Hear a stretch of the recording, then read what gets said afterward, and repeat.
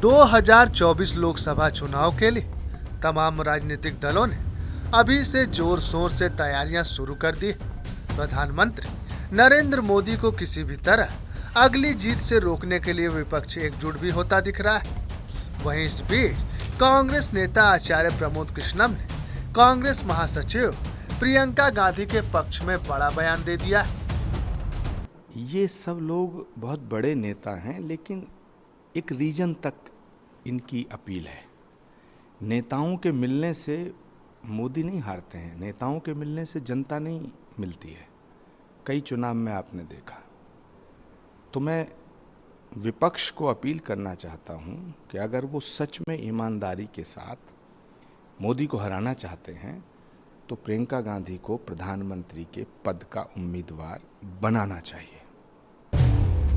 आचार्य प्रमोद समूचे विपक्ष से अपील करते हुए कहा कि विपक्ष को अगर 2024 में नरेंद्र मोदी को चुनौती देनी, उन्हें हराना है, तो उन्हें प्रियंका गांधी को अपना प्रधानमंत्री उम्मीदवार घोषित करना चाहिए। उन्होंने कहा कि अगर विपक्ष ऐसा नहीं करता तो प्रधानमंत्री नरेंद्र मोदी को हराना मुश्किल होगा।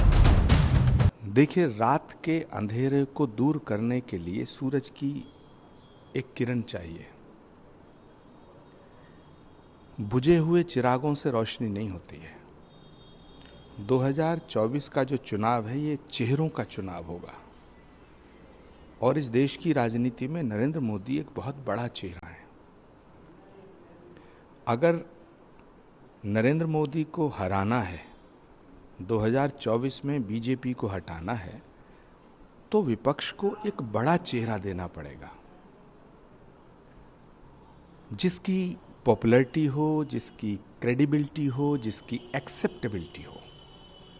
अब मुझे लगता है कि पूरे देश में विपक्ष के पास प्रियंका गांधी से ज़्यादा पॉपुलर, एक्सेप्टेबल और क्रेडिबल फेस नहीं है।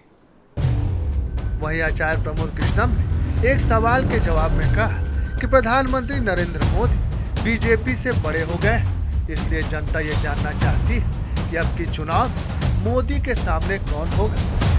कृष्णम ने कहा कि बिना दूल्हे के बारात होती नहीं, चेहरा तो देना ही पड़ेगा। बीजेपी से मोदी बड़े हो चुके हैं। ये पहला ऐसा मौका है जब पार्टी से एक व्यक्ति बड़ा हो गया है।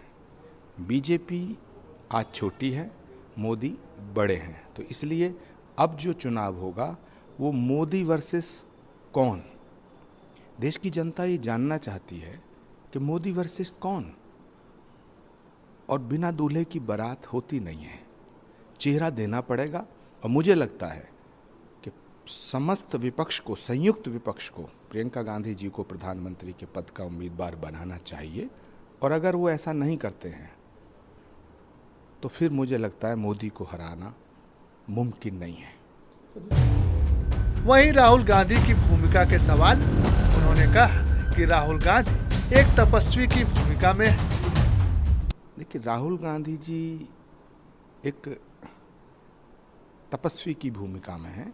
उनके विषय में मुझे ज़्यादा और कुछ नहीं कहना।